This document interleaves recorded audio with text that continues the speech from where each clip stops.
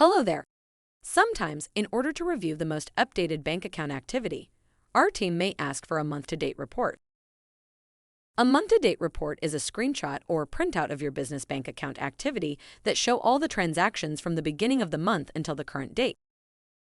For example, if today is June 15th, your report should include all the activity from June 1st until June 15th. To generate a month-to-date report, you will need to log into your online banking and select your business operating bank account. Then, look for a Search or Filter button. On the From Date field, select the first day of the current month. On the To Date field, select today's date. Then simply approve the date range. Once the report is filtered, look for a Print button or hold the Control button and tap the letter P. When the print window opens, make sure to select Save as PDF in the Destination field and click on the Save button. Finally, download the file and send it to us via email or upload the file to our website.